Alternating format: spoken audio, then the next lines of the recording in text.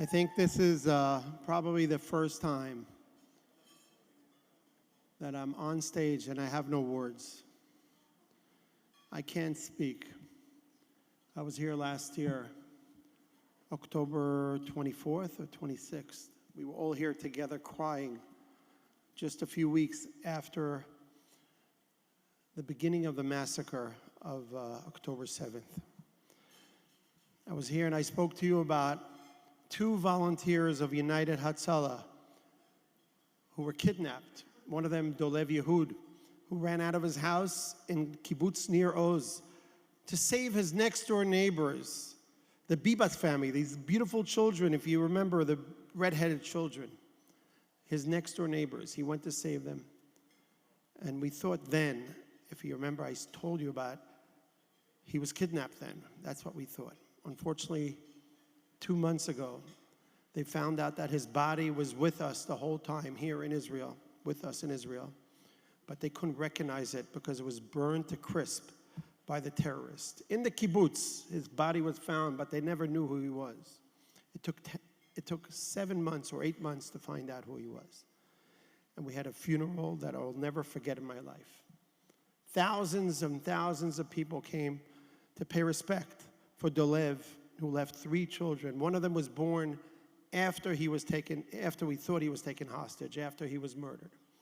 And the second volunteer is Bar Cooperstein, who's actually saving lives on October 7th in the Nova party, in the Nova festival. He went to save people. He didn't run away. He stayed there to save people's lives. He was a United Hatzalah volunteer. He was a medic. He was a security guard.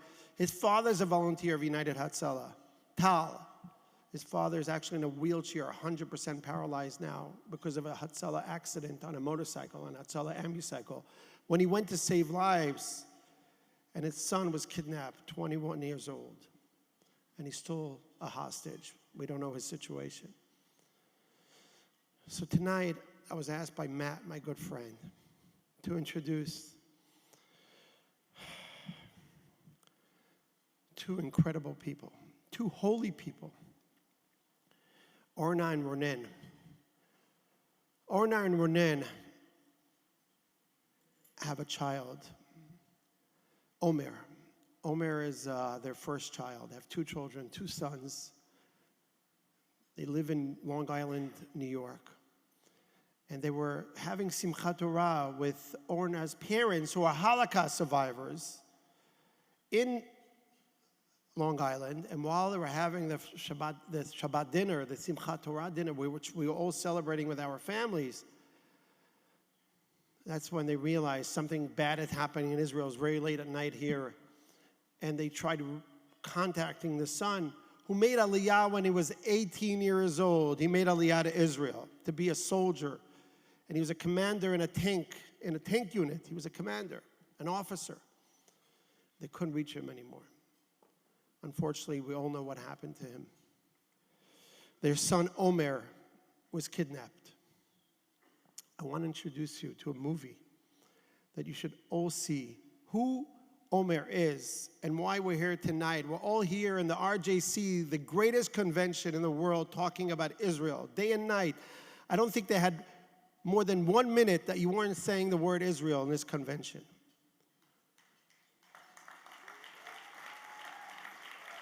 I am so proud to come from Israel. I came from Jerusalem to introduce Orna and Ronen tonight and their son Omer in the RJC. So please pay attention to this short video.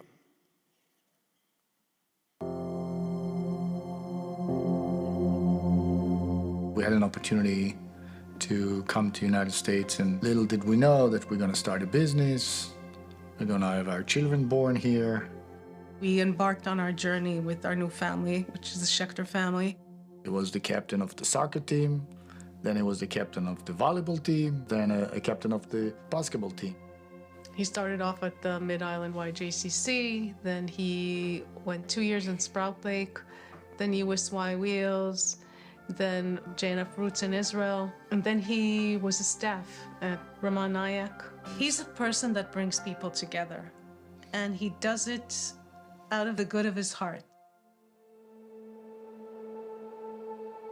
He went through the process of applying to colleges. He was accepted to a few places. He committed to going to Binghamton.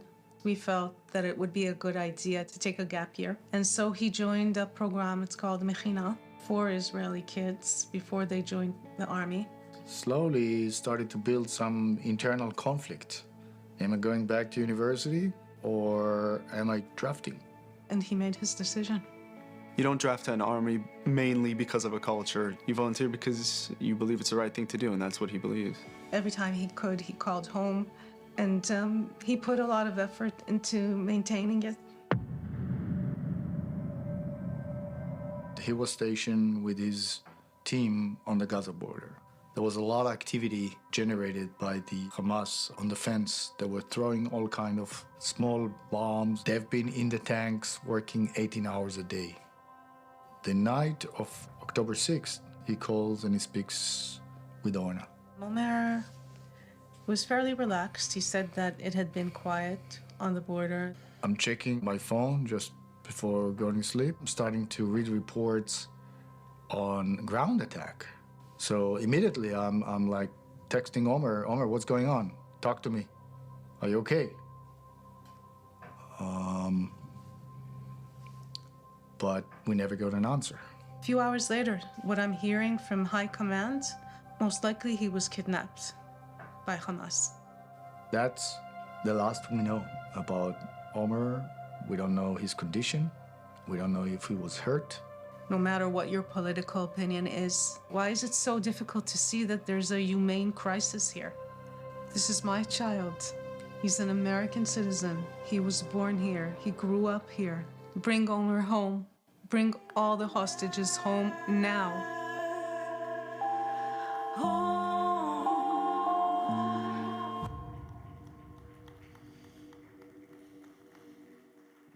Omer is not the son of Orna and Ronen. Omer is a son of all of ours, of all of us. Omer is a son of every single one of us, no matter if it's in Israel, no matter if it's in France, Argentina, or Australia, or Las Vegas. So please welcome, all of us together, please rise to welcome Orna and Ronen, and please follow what I say. Bring them home. Bring them home. Bring them home. Bring them home now.